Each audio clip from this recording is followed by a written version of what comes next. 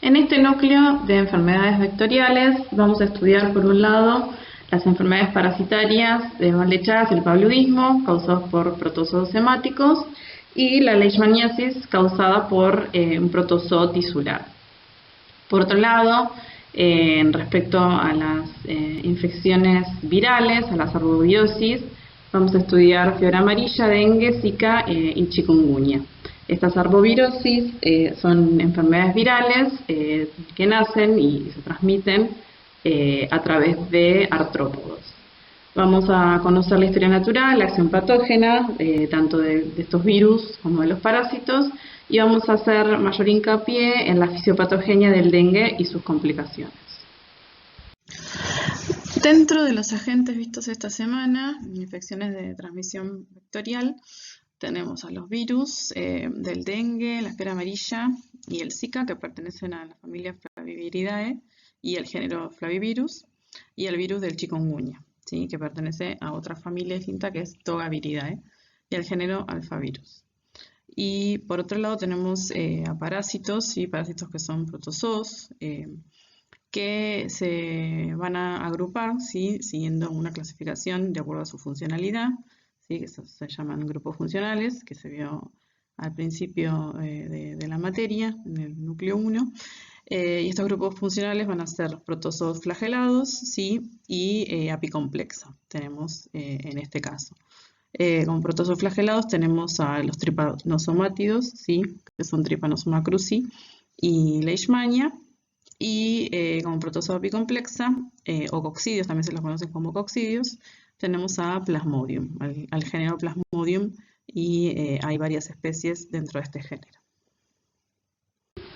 Las enfermedades vectoriales son transmitidas por vectores. Estos vectores son animales. En este caso, en este núcleo vamos a tratar enfermedades transmitidas por insectos, ¿sí?, tanto insectos dípteros, mayormente que participan en las arbovirosis, como flebótomos, ¿sí?, y la vinchuca en el caso de las parasitosis. Estos vectores, además del rol esencial que tienen en la transmisión de la enfermedad, también son necesarios para que tanto virus como parásitos cumplan parte de su ciclo biológico en su interior, ya que dentro de estos vectores se multiplican o se reproducen. Dadas las características biológicas y la distribución de los vectores de estos insectos, en general estas enfermedades se desarrollan con mayor prevalencia en zonas tropicales y subtropicales y en lugares donde hay problemas de acceso al agua potable principalmente, y hay deficiencias en el saneamiento ambiental. Estas enfermedades representan un 17% de las infecciones causadas a nivel mundial, y la más mortífera de todas es el paludismo o malaria, y se estima que en el 2018 causó 405.000 muertes, según la Organización Mundial de la Salud, siendo los menores de 5 años los más afectados. Por otro lado, el dengue es la enfermedad, la arbovirosis que más ha crecido en los últimos 50 años, y nuestro país es zona endémica, principalmente en el norte, para el mal de Chagas más. En el caso de las parasitosis, los vectores adquieren la infección cuando se alimentan de un hospedador, ¿sí? En general son mamíferos los reservorios de esas enfermedades, y bueno, las obtienen a través de la sangre. Luego, en el intestino de estos insectos, los parásitos se van a reproducir, se van a multiplicar, y el paso siguiente es que a través de las deyecciones o de la saliva son introducidos, sí, nuevamente en otro hospedador mamífero. En el caso de las arbovirosis, los mosquitos se infectan cuando se alimentan de la sangre de un hospedador virémico. En el intestino de estos artrópodos, el virus infecta el epitelio intestinal y se replica en las células epiteliales. Y luego se dirige a través de la hemolinfa hacia las glándulas salivales, donde se replica también, se acumula, y entonces allí, a través de la saliva, se va a transmitir hacia otros nuevos hospedadores. Las arbovirosis en general se mantienen silenciosas en sus ciclos silvestres, en mamíferos silvestres, pero bueno, en la actualidad están emergiendo y reemergiendo a nivel mundial, y estos virus tienen la capacidad de ingresar a los ecosistemas urbanos y generar epidemias en humanos y en animales domésticos. Este traspaso de las arbovirosis de los ciclos silvestres a los ciclos urbanos se da en general por la expansión de las poblaciones humanas en las zonas silvestres, que afectan a las poblaciones de vectores y hospedadores, también por movimientos humanos mediante transporte aéreo, tráfico de animales y mutaciones genéticas, y también se relacionan a los cambios climáticos, cambios ambientales producidos por el hombre, entre otros factores. El mal de Chagas-Mazza es una enfermedad parasitaria causada por Trypanosoma cruzi, que es un protozoo flagelado de la familia Trypanosomatidae. El vector en esta enfermedad es la vinchuca, cuya especie es Triatoma infestans, siendo la especie más predominante en nuestra región. El ciclo de este parásito comienza cuando el reservorio humano o el hospedador es picado por una vinchuca que está infectada, y en ese mismo momento la vinchuca defeca y los tripomastigotes metacíclicos que estaban en su intestino ingresan a través de la herida que se generó con la picadura, al rascarse por la comezón que se produce. Luego esos tripomastigotes metacíclicos penetran dentro de las células en distintos tejidos, pierden el flagelo convirtiéndose en amastigotes y se multiplican por división binaria. Luego vuelven a transformarse en tripomastigotes, teniendo un comportamiento cíclico, ya que esos tripomastigotes pueden volver a infectar otros tejidos y volver a transformarse en amastigotes. Y cuando las células se rompen, estos tripomastigotes salen y son liberados al torrente sanguíneo. Cuando la vinchuca se alimenta de un hospedador que está infectado, ingiere a través de la sangre los tripomastigotes. Estos tripomastigotes se transforman en epimastigotes en el intestino medio, donde se van a multiplicar también por división binaria. Estos epimastigotes van a transformarse nuevamente en tripomastigotes metacíclicos en el intestino posterior, y van a migrar hasta allí mismo en el intestino, van a salir a través de las deyecciones cuando vuelvan a picar a un nuevo hospedador humano. La leishmaniasis es una parasitosis causada por un protozoo flagelado también, de la misma familia que Trypanosoma, la familia Trypanosomatidae, que es la leishmania, ¿sí? Hay distintos tipos de leishmania, leishmaniasis visceral y leishmaniasis tegumentaria, y en Argentina el agente de la leishmaniasis visceral es Leishmania chagasi, y de la leishmaniasis tegumentaria de las Américas es la Leishmania viania brasiliensis.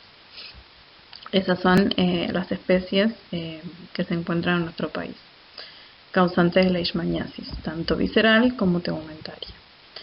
El hospedador también es, o reservorio, es el humano en forma accidental, y también hay hospedadores silvestres. El perro es uno de los animales que son fuente de contagio de la leishmaniasis visceral, y por eso también es que se la considera una zoonosis siempre cuando se encuentra el vector de por medio.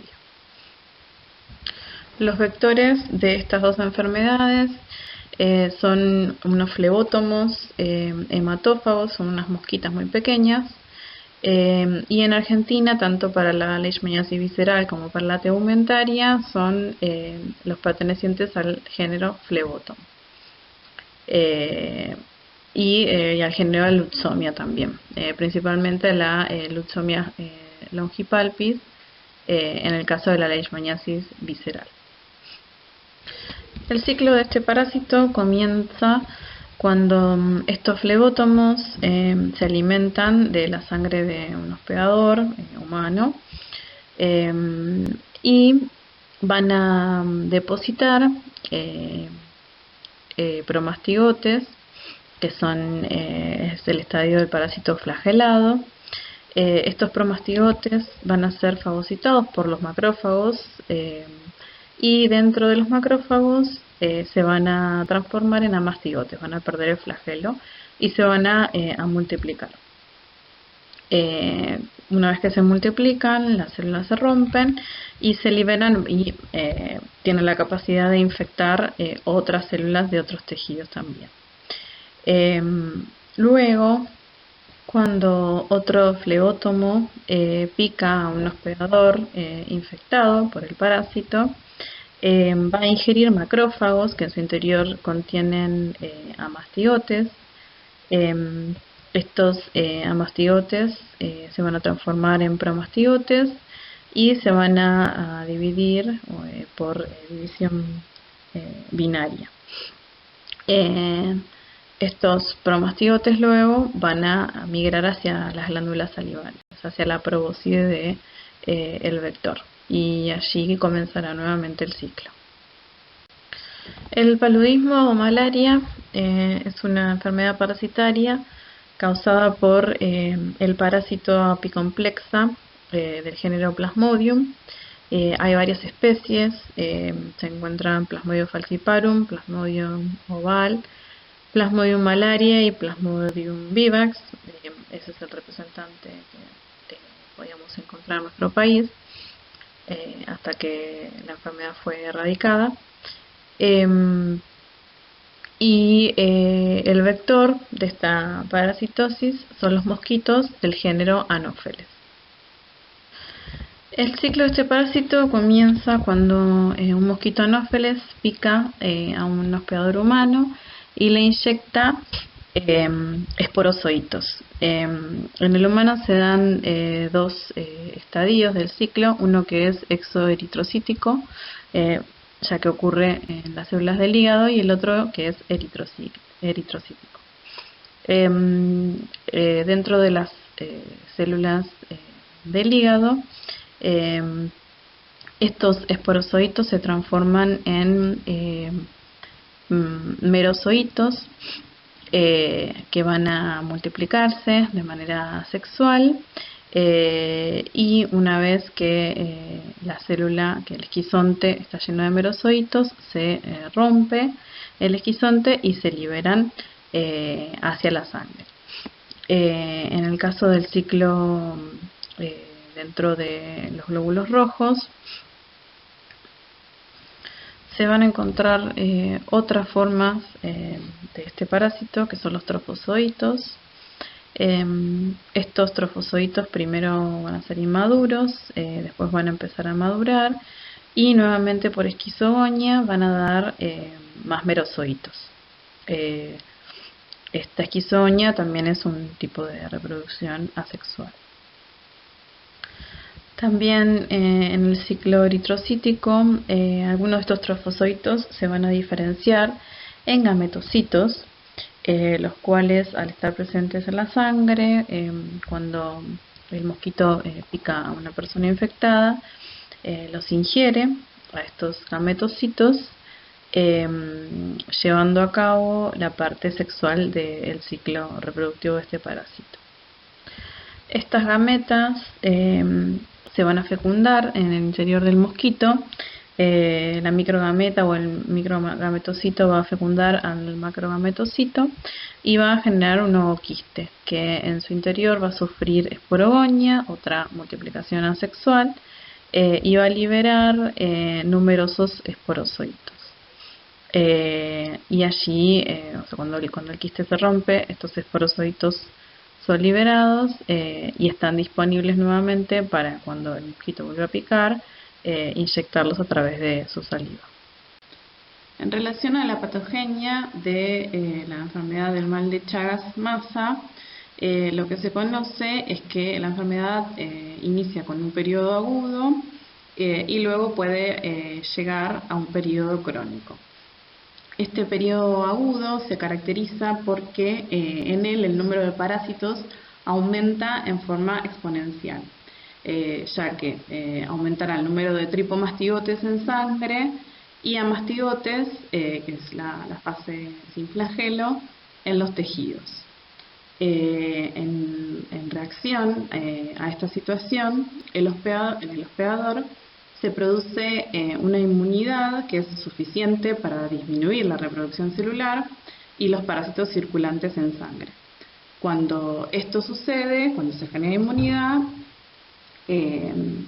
inicia el periodo crónico.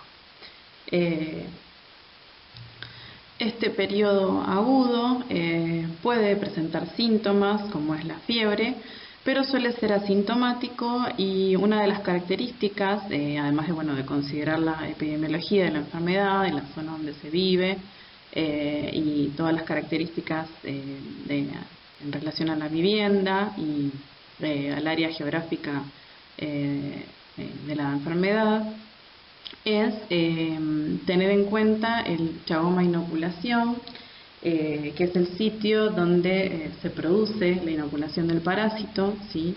Que va a estar relacionado a la zona de picadura por parte de la vinchuca, ¿sí? Que es el lugar donde defeca y donde se introducen los tripomastigotes.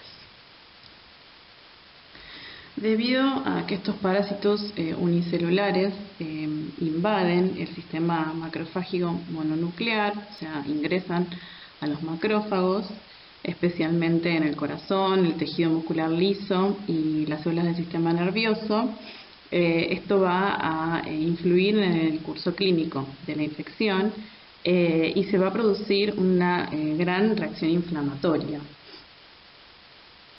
principalmente en estos tejidos que acabamos de mencionar. Luego, cuando se inicia el periodo crónico de esta enfermedad, este periodo se puede clasificar como en indeterminado o determinado. Eso va a depender de la presencia de sintomatología. Hay un porcentaje bastante elevado de personas que no desarrollan más sintomatología, y hay otras en donde sí se van a presentar en forma cardíaca, la forma digestiva, la forma nerviosa, y también este parásito se puede transmitir de manera vertical. Entonces se va a desarrollar la forma congénita. Los tejidos afectados en esta fase determinada de la enfermedad, ya sea el corazón, los tejidos del sistema digestivo, del sistema nervioso, entonces van a sufrir una inflamación linfoplasmática y fibrosis. La leishmaniasis visceral o enfermedad de Kala-Azar en Argentina es causada por la especie de Leishmania chagasi y compromete principalmente el sistema fagocítico mononuclear. De esta manera afecta de manera preferente el vaso, el hígado, la médula ósea y los ganglios linfáticos.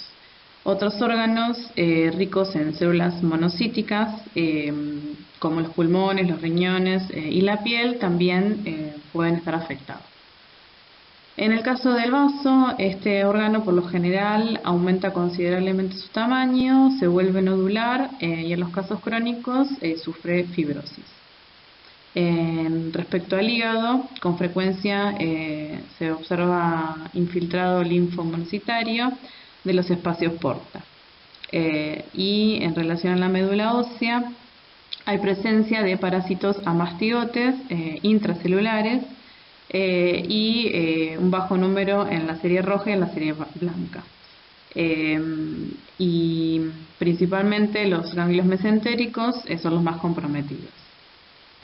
En las áreas endémicas para esta enfermedad, las personas que se infectan pasan por 3 fases, las cuales son el estadio asintomático, en el cual la prueba de Leishmania resulta positiva, un estadio subclínico, en el cual puede aparecer fiebre baja, leve adinamia, anemia y comenzar la visceromegalia, y un estado clínico que comprende 3 fases.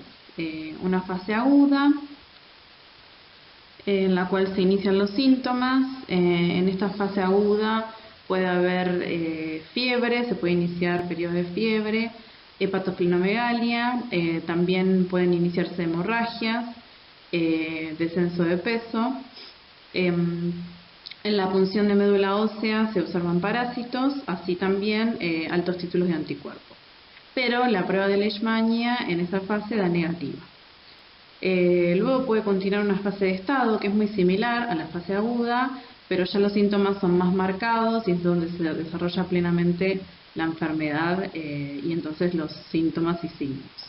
Y por último, la fase severa, que es la fase más grave de la enfermedad, la cual tiene mayor riesgo de mortalidad. Y en esta fase ya el paciente entra en un estado de caquexia por la grave pérdida de peso, constantes episodios de fiebre alta, una esplenomegalia ya masiva y frecuentes hemorragias. También en el análisis de sangre puede presentar hipergamaglobulinemia y esto concluye la fase más grave de la enfermedad. La patogenia de la leishmaniasis tegumentaria se va a desarrollar en relación a la respuesta del sistema inmune en la persona infectada por este parásito. Esta respuesta puede variar entre 2 polos, un polo hiperérgico y un polo anérgico de la enfermedad. Esto será en relación a que, como los parásitos son fagocitados por los macrófagos, luego estos macrófagos activan a los linfocitos T helper y entonces, según cuáles linfocitos T helper se activan, se va a desarrollar alguno de los 2 polos. En el caso del polo hiperérgico hay mayor activación de los TH1 con producción de interferón gamma y las citocinas interleuquina 12. Y en el caso del polo anérgico, que está en el otro extremo, hay mayor activación de los TH2, lo cual induce a la producción de las interleuquinas 4, 5 y 10.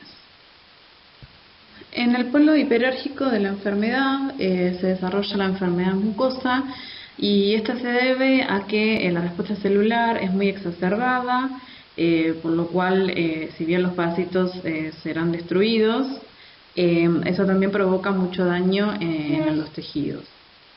La respuesta terapéutica de estas formas severas no son buenas y las recidivas son bastante frecuentes.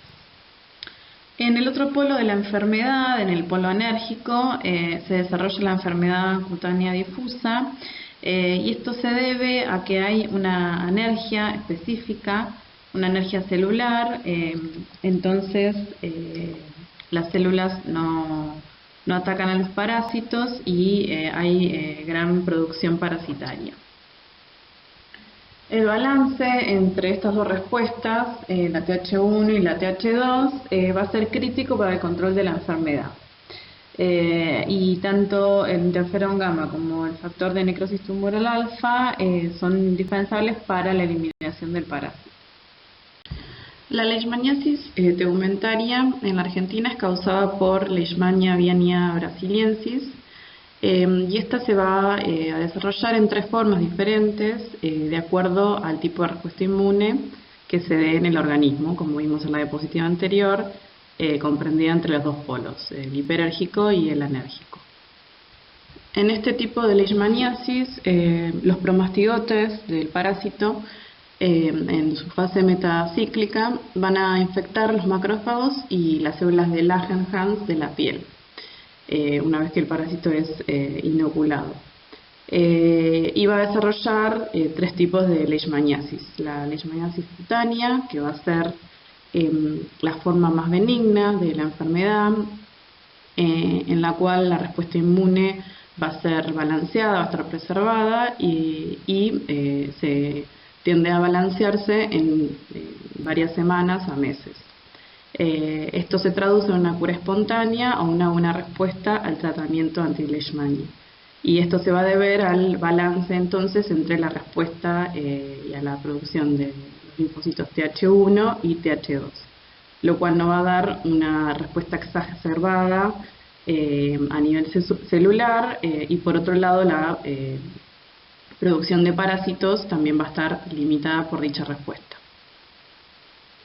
En este tipo de leishmaniasis generalmente se produce una úlcera que suele tener un fondo granuloso y habitualmente sin dolor.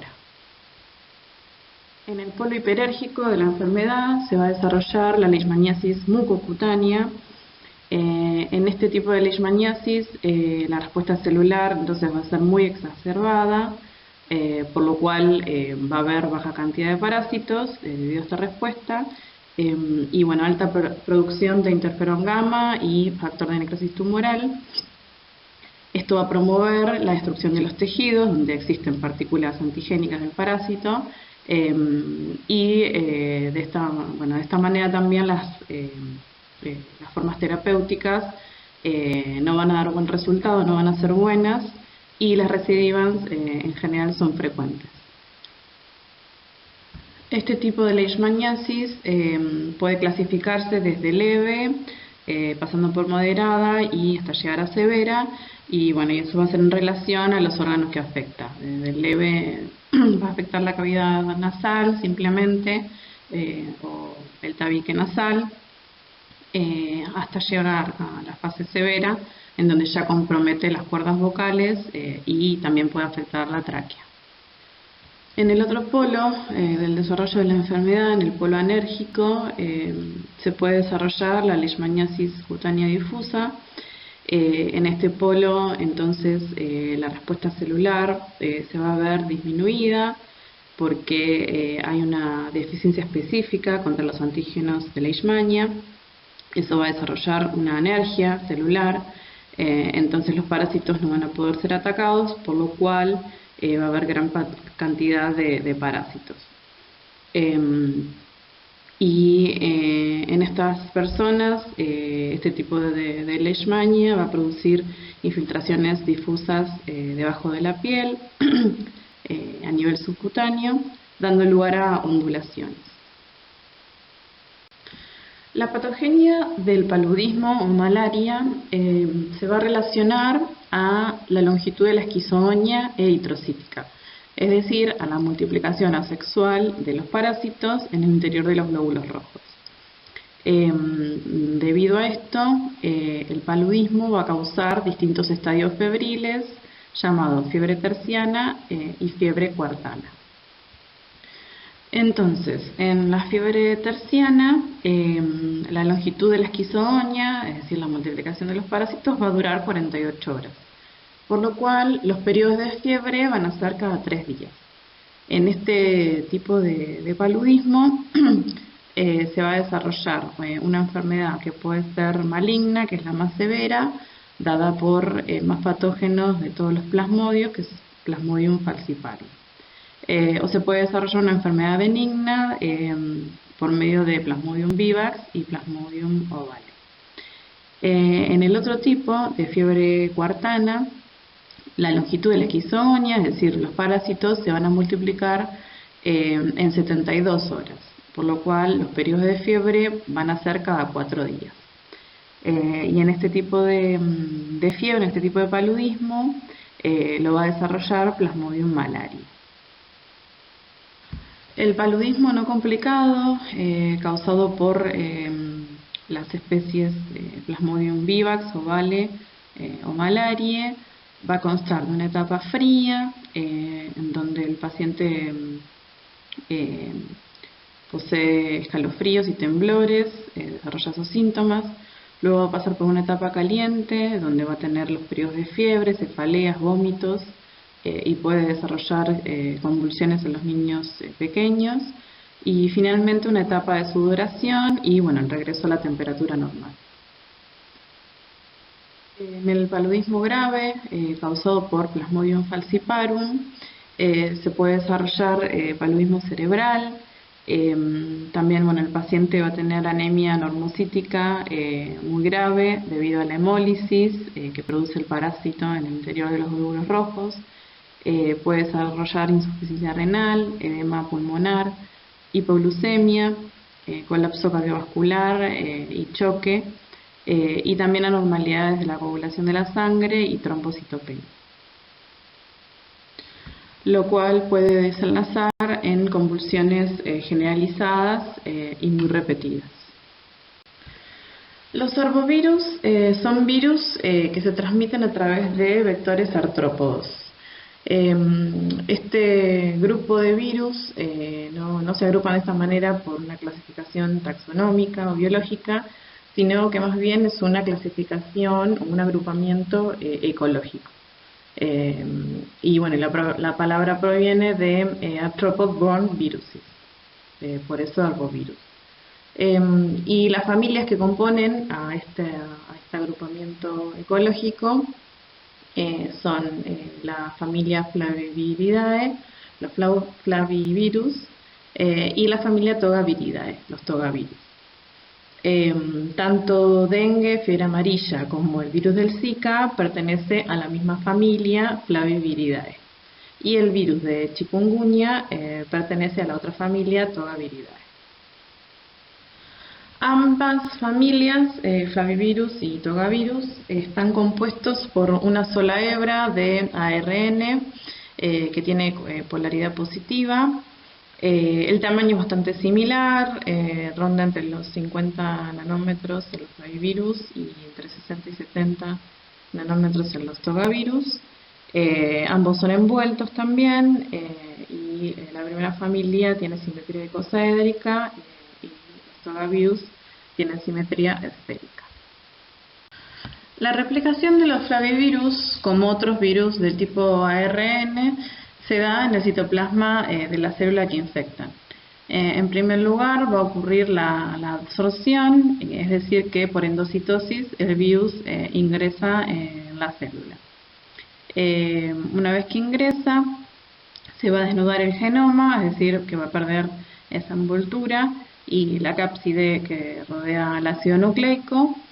Y bueno, por un lado van a ocurrir la traducción y el clivaje de una única poliproteína, una única proteína, debido a que este ARN es mensajero, entonces directamente va a sufrir la traducción a las proteínas que codifica.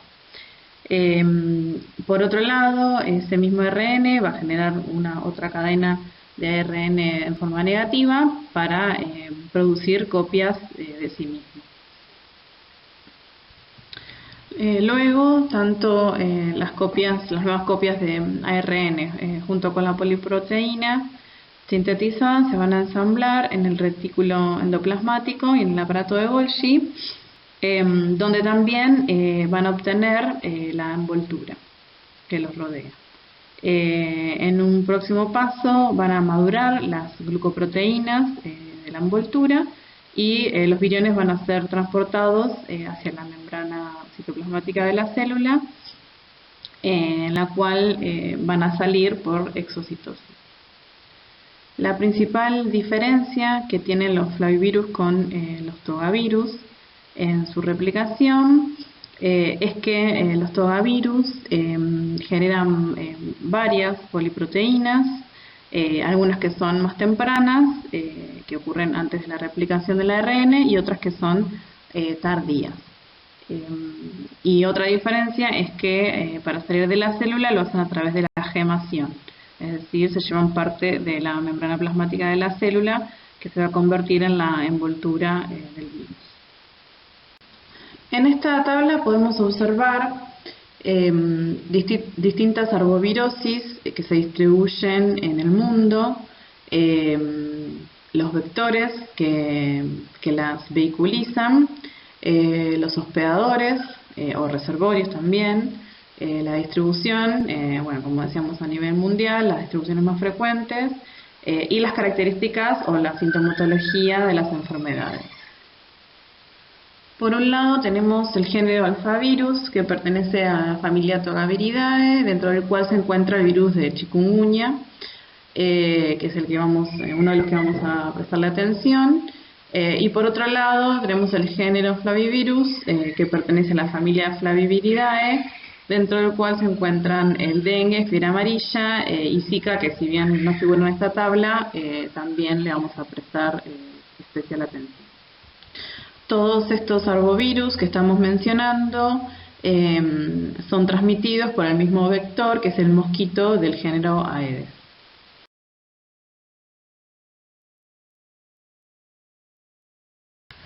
Los ciclos de transmisión de estas arbovirosis consisten, por un lado, en un ciclo selvático que se da en la naturaleza, en las cuales intervienen animales salvajes y especies de mosquitos que viven en esa zona.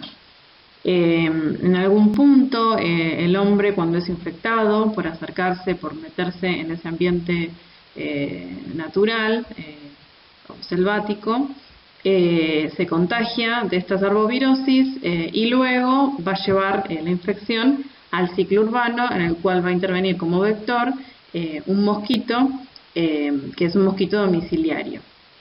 Estas arbovirosis tienen en común que Aedes aegypti es un mosquito domiciliario que interviene en estas arbovirosis. El ciclo de vida de los mosquitos vectores de estas enfermedades comienza con la hembra adulta poniendo huevos, haciendo una puesta de huevos. Luego estos huevos van a transformarse en larvas, van a pasar por distintas fases de larvas, las cuales son acuáticas.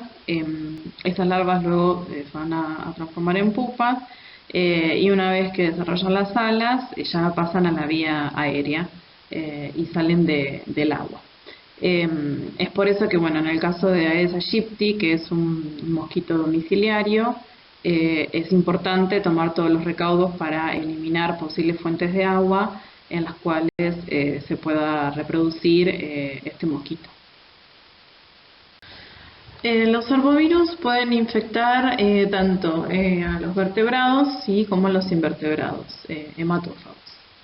En el caso de los invertebrados, que también van a ser los vectores de las arbovirosis, las infecciones por lo general son persistentes en estos vectores y poseen una continua producción del virus en su interior. Los mosquitos hembra son los que adquieren el arbovirus cuando pican a un hospedador y se alimentan de su sangre, o un hospedador que va a ser un vertebrado virémico, es decir, que tiene carga viral. Y para que este ciclo siga funcionando en la naturaleza, el hospedador vertebrado debe mantener una viremia suficiente para permitir que este mosquito, este vector, al picarlo ingiera suficiente cantidad de virus y luego lo pueda transmitir. Cuando un mosquito hembra pica un vertebrado virémico, va a obtener el virus a través de su estilete. Este virus va a ingresar, va a invadir las células epiteliales del intestino medio, atraviesa luego la lámina basal del intestino medio y va a alcanzar el torrente circulatorio. De esta manera va a llegar y va a infectar las glándulas salivales, estando nuevamente disponible para cuando vuelva a picar y alimentarse de otro vertebrado. Cuando el mosquito pica al hospedador vertebrado, este mosquito hembra, siempre va a ser la hembra, regurgita la saliva que contiene el virus en el torrente circulatorio.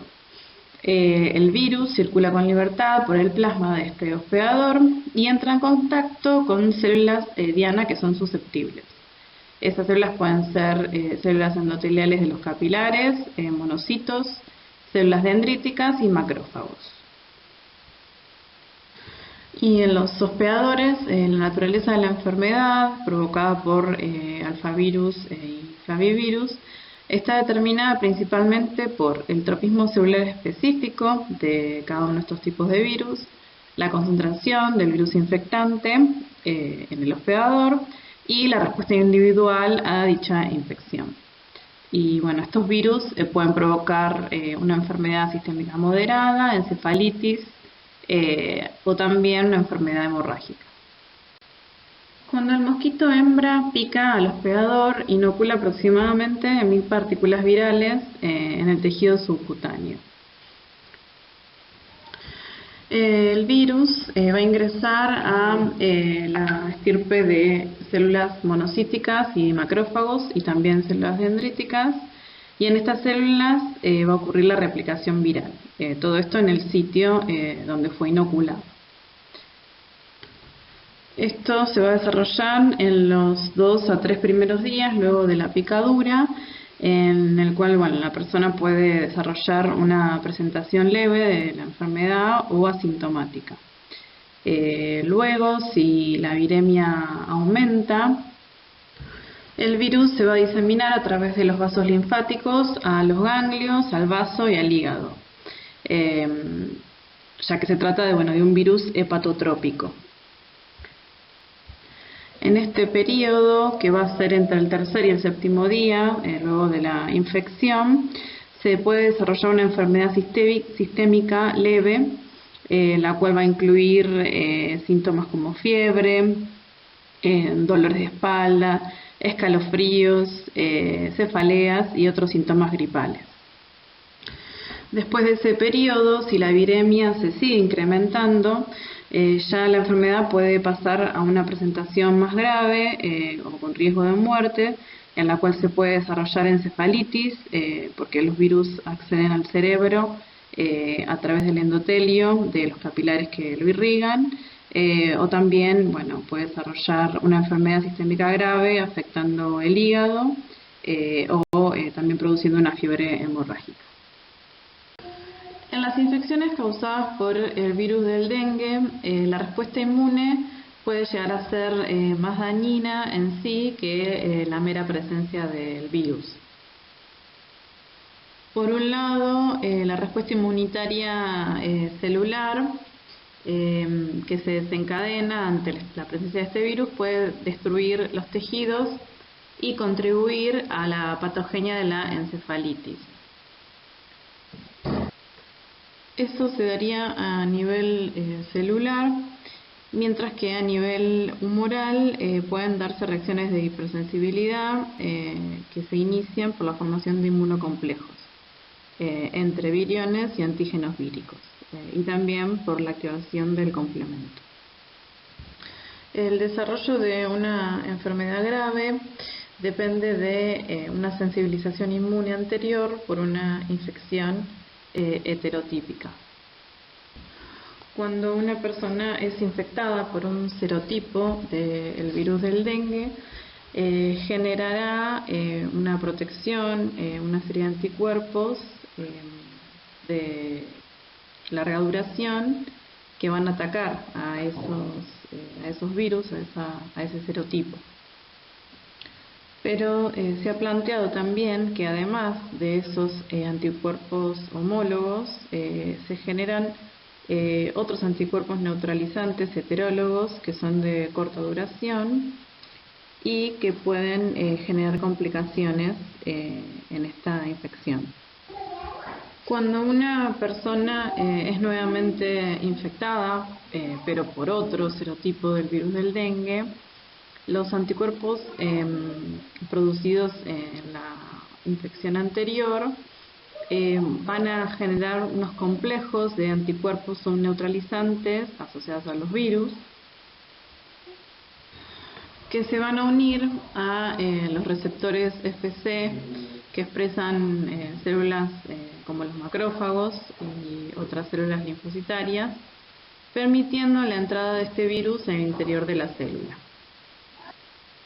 La formación de estos inmunocomplejos entre un serotipo nuevo del virus y los anticuerpos heterólogos generados en la infección anterior van a ser los responsables del efecto de amplificación dependiente de anticuerpos o efecto ADA. Con la unión de estos inmunocomplejos sobre la célula fagocítica, sobre el monocito o el macrófago, y el inicio de la replicación viral, se generan señales intracelulares que incrementan la expresión de los receptores Fc sobre su superficie, por lo cual se incrementa significativamente la replicación viral, ya que al haber mayor cantidad de receptores Fc sobre estas células, también será mayor la cantidad de virus que puedan ser reconocidos por estos receptores e internalizados en el interior de la célula.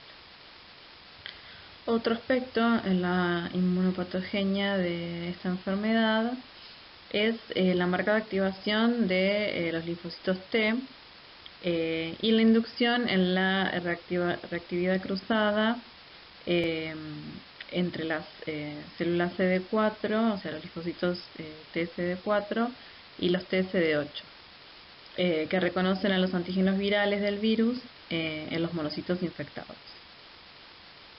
Esto va a producir una reacción inflamatoria muy importante debido a la liberación de muchas citoquinas con propiedades vasoactivas y procoagulantes, también a la activación del complemento y la liberación de interferón gamma.